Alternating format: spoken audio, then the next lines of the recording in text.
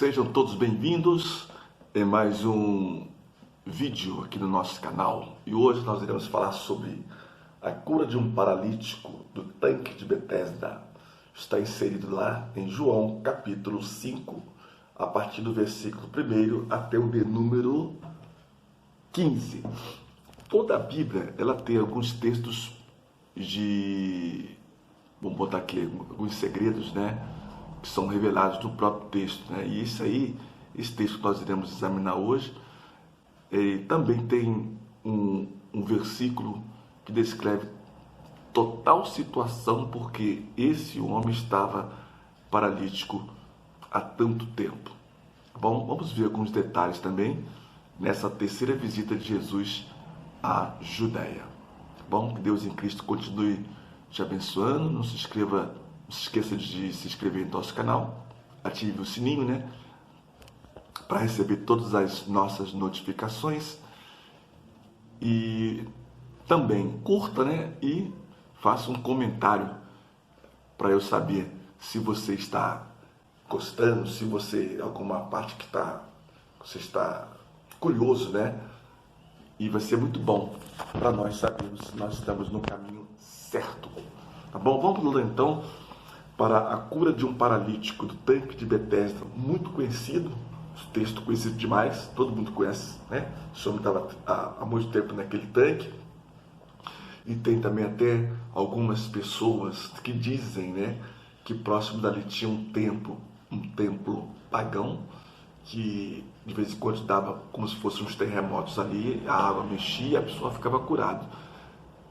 Não procede porque a Bíblia diz que o anjo vinha certo tempo. Bom, se a Bíblia diz certo tempo, é sinal entre o texto de um templo pagão e esse texto da Bíblia, escrito na Bíblia, eu fico com a Bíblia. Então não importa quem foi que falou que era do tempo pagão, era isso, era aquilo, não quero nem saber, eu quero saber o que a Bíblia está escrita, ok? Do mesmo jeito também que as pessoas, às vezes, naquele texto lá de o cego Bartimeu, não que o nome dele era Bartimeu, porque a palavra Bar em hebraico significa filho, ou seja, filho de Timeu, então ele não tinha um nome. As pessoas costumam dizer, não, porque ele ficou cego, porque o pai dele devia a Roma, e não sei o que, e depois furaram os olhos dele, não sei o que.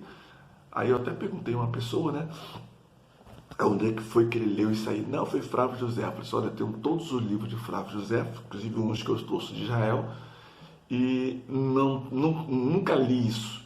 Ele falou que viu na internet. Na internet você coloca qualquer coisa, né? Qualquer coisa que você coloca na internet, o pessoal fica colhendo, depois fica pregando no púlpito. As coisas que devemos acreditar são o quê? Primeiramente, na Bíblia Sagrada.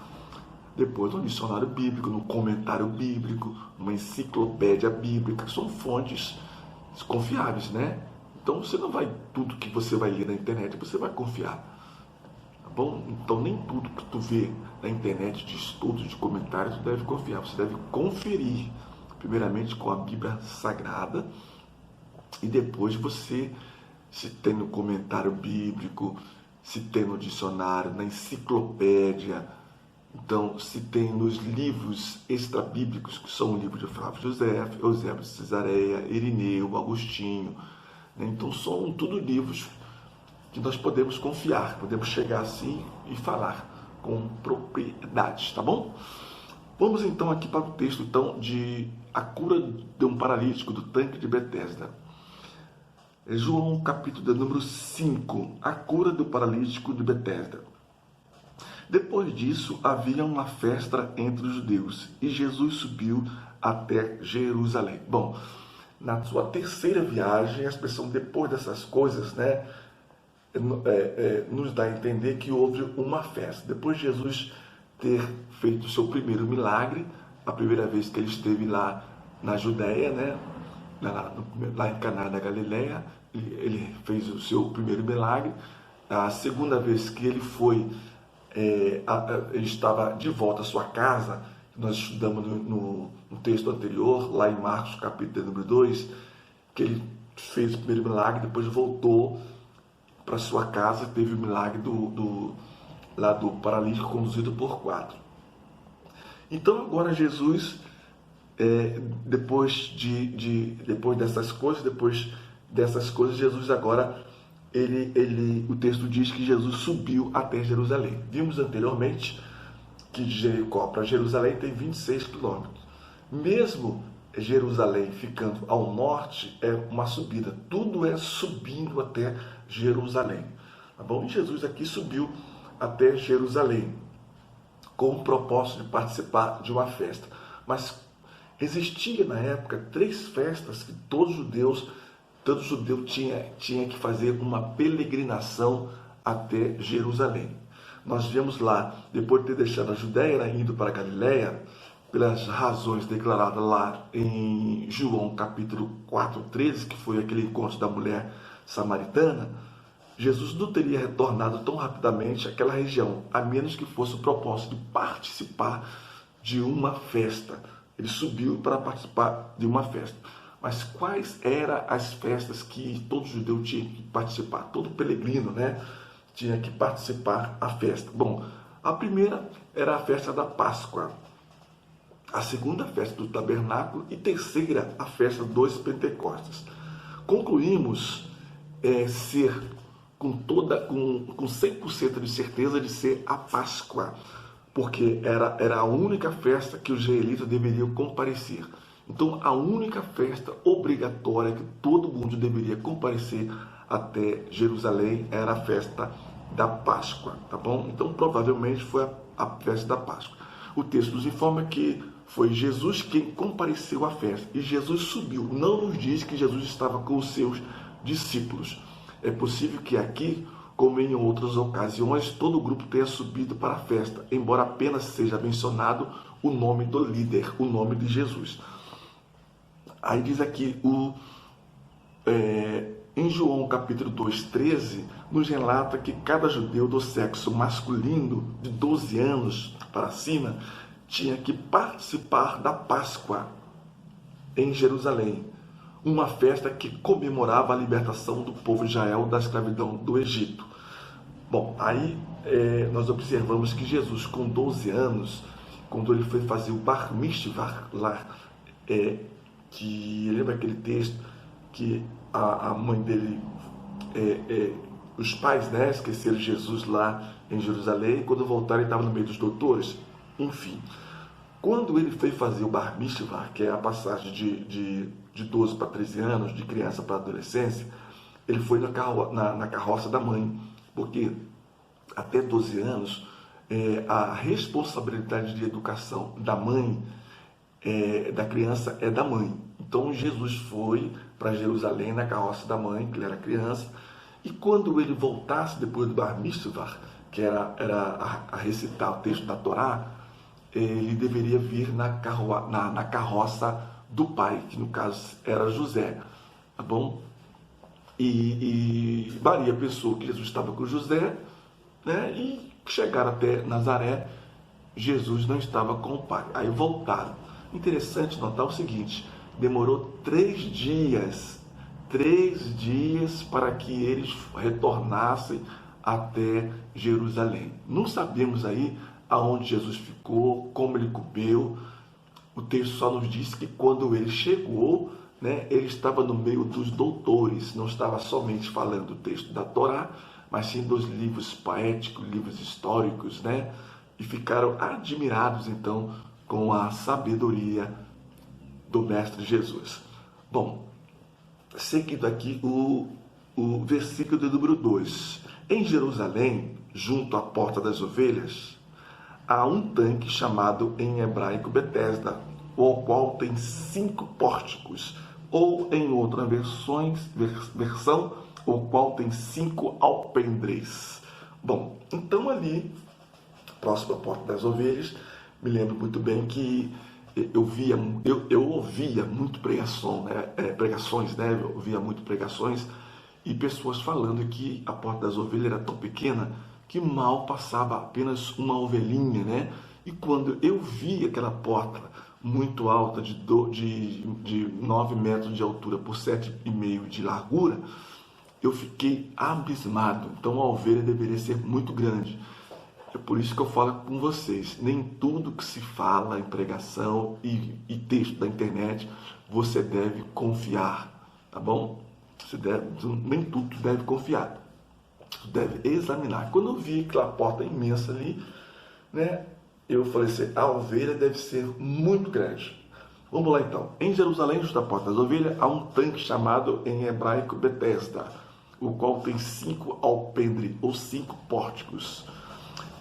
Bom, essa porta, existe uma porta, essa porta das ovelhas ficava dentro do templo, que dava um acesso a como se fosse um pátio.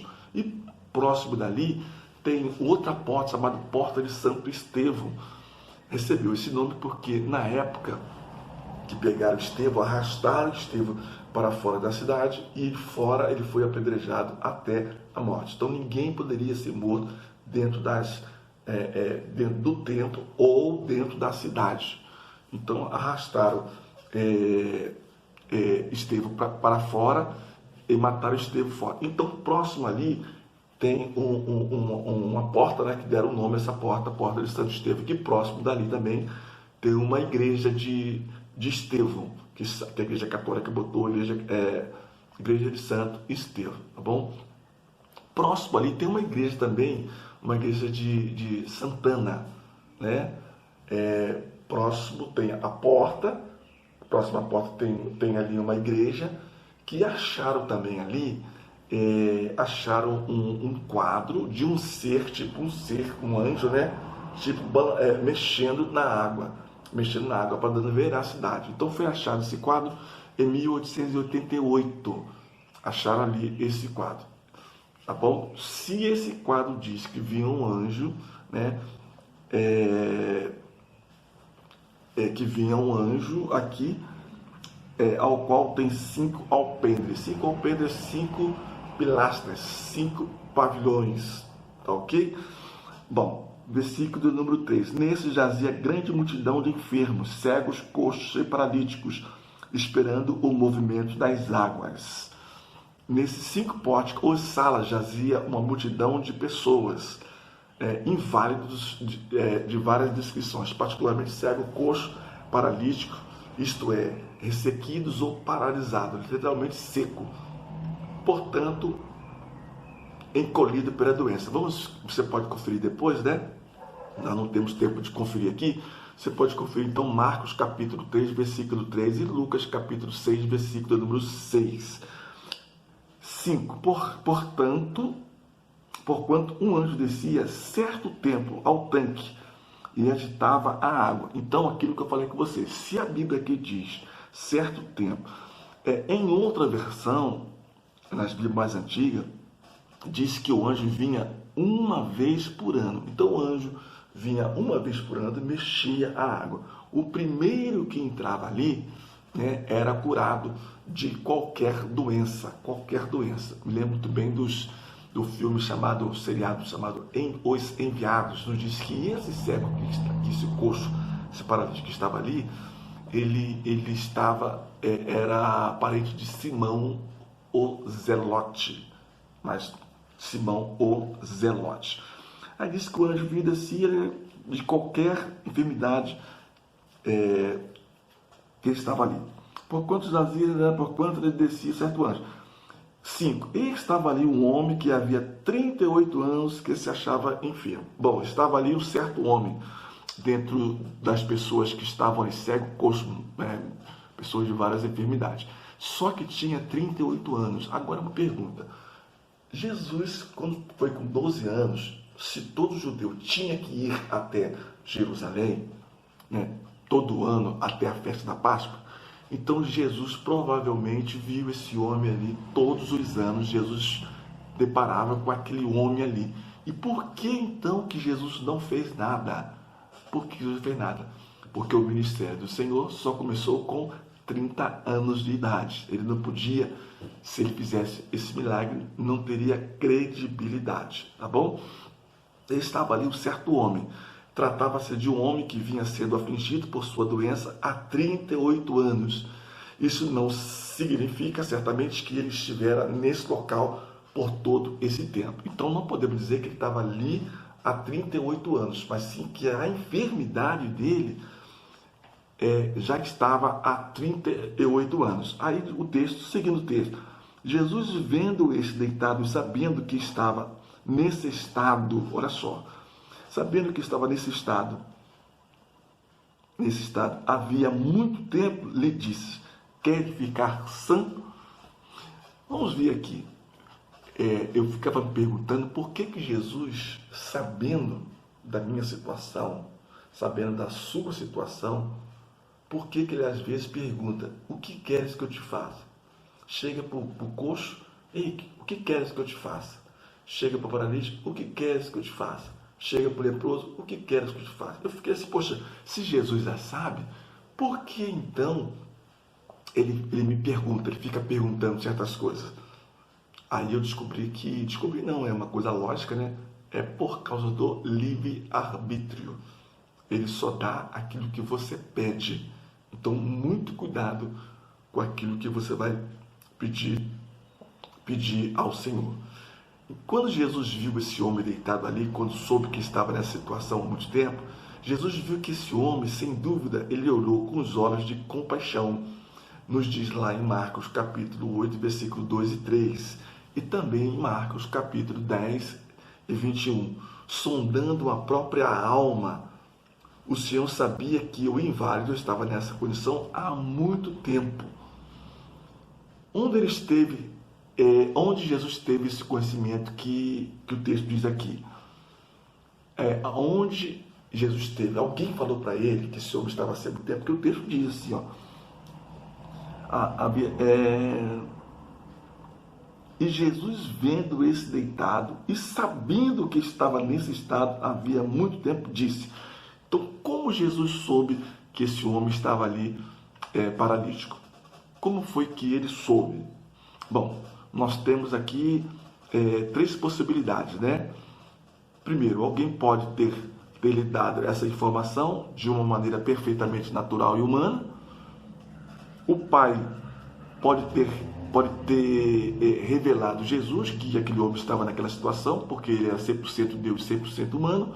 E terceiro, a natureza divina de Cristo pode ter transmitido esse conhecimento à sua natureza humana, de uma maneira que não conseguimos compreender. Então, Jesus, sendo 100% Deus e 100% humano, ele pode ter tido essa revelação. Ou também alguém chegou para Jesus olhando, alguém falou assim, olha, esse homem está há 38 anos nesse estado.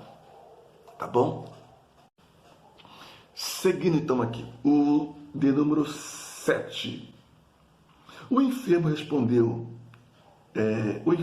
respondeu-lhe, Senhor, não tenho homem algum que, quando a água é agitada, me coloque no tanque, mas enquanto eu vou, desce outro antes de mim. Bom, ninguém poderia colocar esse homem ali quando a água é agitada. Parece então que a situação ali é cada um por si e Deus por todos, né? O primeiro agitado ali, o primeiro que entrasse na água ali era curado, né? Não tinha aquele senso, não, vai você primeiro que você tá pior do que eu, não, né? Nos dias de hoje também é a mesma coisa. Primeiramente a pessoa vê o seu lado, depois vê o lado dos outros, né? Como já dissemos, a causa da agitação da água poderia ser algo sobrenatural. Em geral podemos dizer que a cena de pessoas enfermas ao redor da fonte da água mineral nunca foi incomum. Pense nas fontes ao redor de Tiberíades ou nas fontes de água quente lá no estado de Arkansas dos Estados Unidos. Então, o movimento das águas não sabemos como, mas o texto diz que viu o anjo e mexia essa água. Vamos então para o 8. Jesus disse, levanta-te, toma a tua cama e anda. Então Jesus simplesmente não precisou que aquele paralítico entrasse dentro da água. A pessoa, olha, levanta-te, toma a tua cama e anda. O 8. Logo aquele homem ficou sã e tomou a sua cama e partiu. E naquele dia era sábado. Bom, Vamos ver algumas coisas aqui. Então, as pessoas que o homem imediatamente foi curado, né? E naquele dia era sábado. Os judeus, então, aqui do versículo 9 e 10, então os judeus disseram àquele que tinha sido curado: é sábado, não é lícito levar a cama. As pessoas ali não estavam interessadas porque aquele homem foi curado, e sim porque estava levando a cama no dia de sábado. Porque estava levando a cama no dia de sábado. Não ficar assim, poxa rapaz, olha, você foi curado, que bênção. Não. Ei, vem cá. Nem repararam, né, que aquele homem foi curado. Simplesmente só, tá levando a cama aí? Por que está levando essa cama aí? Hoje é sábado. Jesus curou esse homem num sábado. Os fariseus tinham acrescentado à lei de Deus suas próprias distinções minuciosas e as restrições rabínicas. Então, sábado era um dia de descanso. Mesmo que, veja bem, o ano sabático, a terra deveria descansar somente no um sábado, ou seja, 7 anos, né? Ano sabático são 7. No 7º ano a terra deveria descansar. O povo roubou ao Senhor e ficaram então cativos 70 anos, como nos relata lá no livro de Jeremias. Então, não é todo sábado, é um sábado por ano que devemos guardar, como diz o texto aí. É o ano sabático, e não todos os sábados. Tá ok? Seguindo aqui. O 11. Então respondeu-lhe aquele que me curou, ele próprio diz: toma tua cama e anda. Então esse homem chegou assim, aquele homem que me curou, ele falou assim, olha, o homem que me curou foi ele que me disse: toma tua cama e anda. E eu estou pegando aqui, ele foi no seu raciocínio lógico, pegou a sua maca, né, ou a sua esteira. Não tem como botar uma cama como nós temos aqui no Brasil, na cama, e sim, era como se fosse uma esteira. Ele enrolou a sua esteira aqui, botou debaixo do braço. E as pessoas perguntaram então: quem é esse homem? Aqui no versículo número 12. Perguntaram-lhe, pois, quem é o homem que te disse: toma tua cama e anda? O 13. E o que fora curado não sabia quem era, porque Jesus o havia retirado, em razão daquele lugar haver grande multidão. Porque aonde Jesus estava sempre tinha uma grande multidão, né, querendo ser curadas de qualquer mal. Esse homem não sabia. Aqui está o segredo, né, a chave de todo esse texto. Aqui no versículo de número 14 está o segredo desse homem ser totalmente curado. Que o homem não sabia, né? E Jesus então encontrou no templo. Aqui o 14. Depois Jesus encontrou no templo e disse: veja bem, você já foi curado. Não prossiga no pecado, em outra versão, ou algo pior poderá acontecer. Então, o motivo daquele homem estar nesse estado era o que? O pecado. E a Bíblia diz que o salário do pecado é a morte. Olha, você já foi curado. Não mais continue no pecado. Porque se você continuar no pecado, algo pior poderá acontecer. Cheio de gratidão, 15. No coração o homem se retirou-se e disse aos judeus que fora Jesus quem curava. Então, por essa razão, então, as pessoas queriam de todas as maneiras prender Jesus e começaram então a perseguir, porque Jesus estava curando até no sábado. Jesus, ele é dono, ele é Senhor até no sábado, não importa qual seja o dia, ele é Senhor todos os dias, tá bom? Então, nós não devemos permanecer no pecado para não acontecer coisas piores. Vamos orar ao Senhor. Pai, em nome de Jesus, obrigado, Senhor, porque o Senhor é dono das nossas vidas. Obrigado pela revelação da Tua palavra. Continua nos abençoando, nos fortalecendo. Meu Deus, muito obrigado a essa pessoa que está ouvindo, essa pessoa que está vendo. Continue abençoando e fortalecendo. Abençoa essa família, esse lar. Eu te peço em nome de Jesus. Amém. Amém? Não se esqueça disso. Se você que ainda não é inscrito, se inscreva, dá o seu like, tá bom? Do seu joinha, compartilhe com outras pessoas também esse estudo e também faça um comentário, comente, tá bom? Que Deus em Cristo continue te abençoando e até o próximo vídeo, se Deus quiser.